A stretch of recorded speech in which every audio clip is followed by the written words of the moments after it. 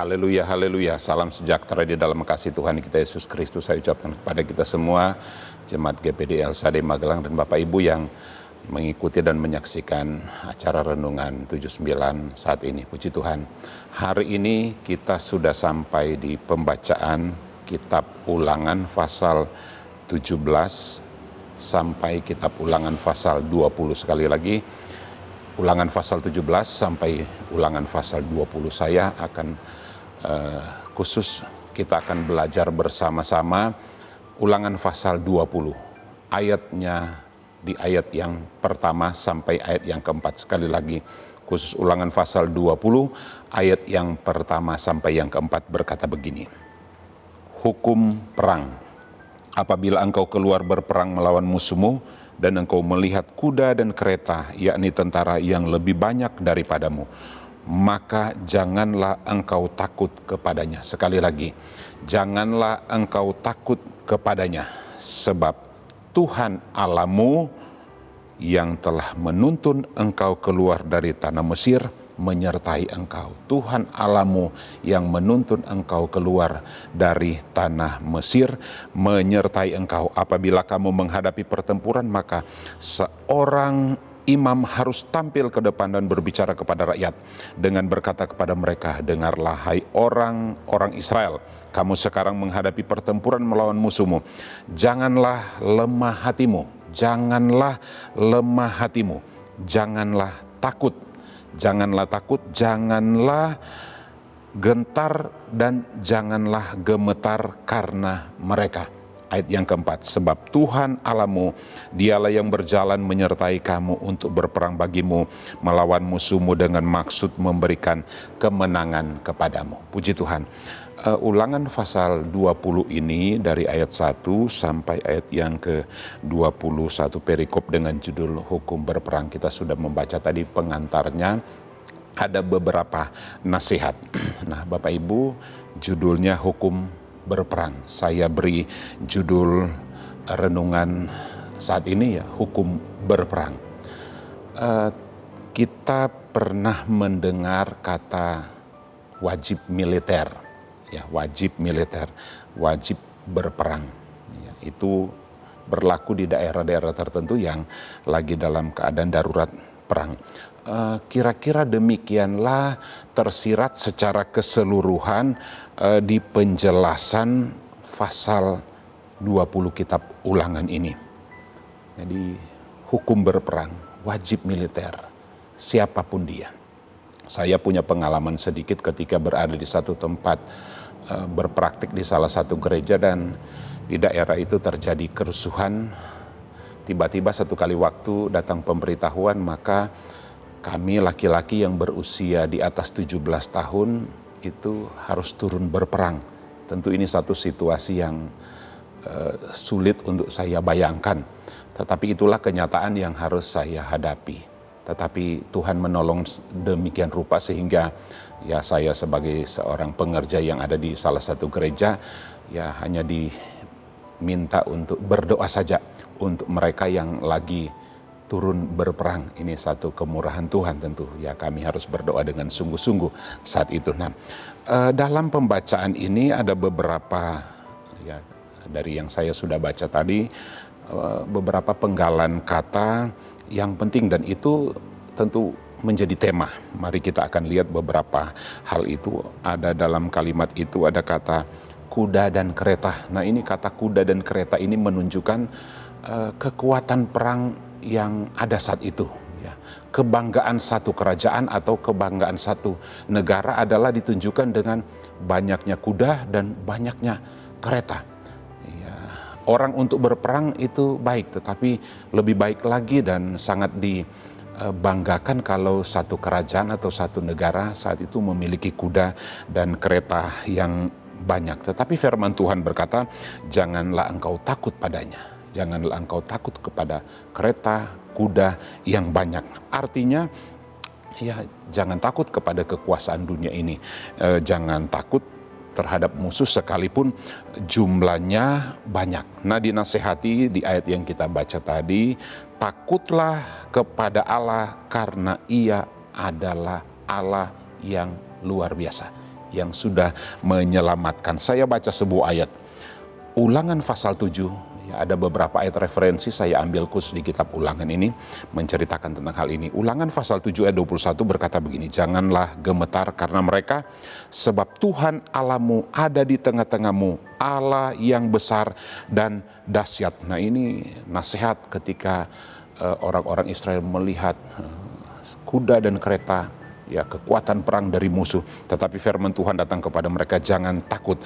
Melihat keadaan seperti Ulangan pasal 10 ayat yang ke-17 berkata begini, sebab Tuhan Allahmu Allah segala Allah dan Tuhan segala Tuhan, Allah yang maha besar, kuat dan dahsyat, yang tidak memandang bulu ataupun menerima suap. Penjelasannya seperti apapun kekuatan dari musuh, kuda yang banyak, kereta yang banyak, tetapi Allah kita adalah Allah segala Allah, Tuhan segala Tuhan.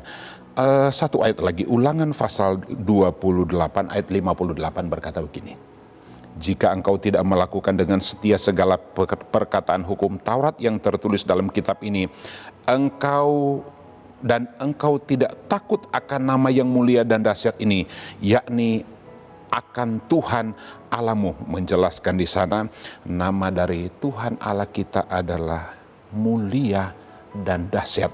Tentu ini hal yang luar biasa.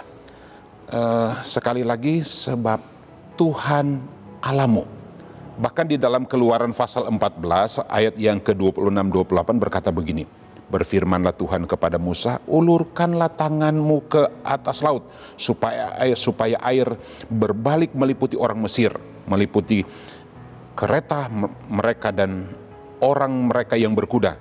Musa mengulurkan tangan ke atas laut, maka menjelang pagi berbaliklah air laut ke tempatnya, sedang orang Mesir lari menuju air itu. Demikianlah Tuhan mencampakkan orang Mesir ke tengah-tengah laut. Ayat yang ke-28, berbaliklah segala air itu lalu menutupi kereta dan orang yang berkuda dari seluruh pasukan Firaun yang telah menyusul orang Israel itu ke laut. Seorang pun tidak ada yang tertinggal dari mereka. Kebanggaan orang Mesir, kuda dan kereta yang begitu banyak, tidak dapat dibandingkan dengan kemuliaan dan kedahsyatan Tuhan, dengan kekuasaan Tuhan, dengan kehadiran Tuhan yang ada di tengah-tengah orang Israel. Mari kita perhatikan beberapa hal. Saya menulis poin yang pertama, beberapa peringatan dalam menghadapi peperangan, pertempuran, beberapa hal yang penting dalam kita menghadapi pergumulan di hari-hari ini.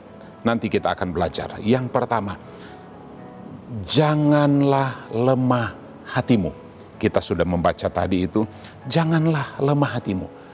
Kalau dalam berperang ini sangat penting, janganlah lemah hatimu. Sekali lagi, ini sangat penting dalam menghadapi peperangan, dalam menghadapi pertempuran. Bagi kita di hari-hari ini dalam pergumulan kita, nasihat ini juga, janganlah lemah hatimu. Pertempuran apapun, peperangan apa, pergumulan apa yang kita alami, sekali lagi ini sangat penting, jangan lemah hatimu. Amsal pasal 24 ayat yang ke-10 berkata begini, jika engkau tawar hati pada masa kesesakan, kecilah kekuatanmu. Kesesakan itu juga berbicara tentang pergumulan kita, peperangan kita, pertempuran kita. Janganlah lemah hatimu. Yesaya pasal 7 ayat 4, dan katakanlah kepada mereka, kepadanya, teguhkanlah hatimu dan tinggallah tenang. Janganlah takut, sekali lagi, janganlah takut dan janganlah hatimu kecut karena kedua puntung kayu api yang berasap itu, yaitu kepanasan Amar Resim dengan Aram dan anak Remalia. Ini menjelaskan Tuhan berkata kepada orang-orang yang ada saat itu di zaman Yesaya, janganlah kecut dan tawar hatimu. Nah, nasihat ini, janganlah lemah hatimu. Ini sekali lagi bagi kita di hari-hari ini, artinya mari kita menguatkan dan meneguhkan hati kita, menguatkan kepercayaan kita kepada Tuhan.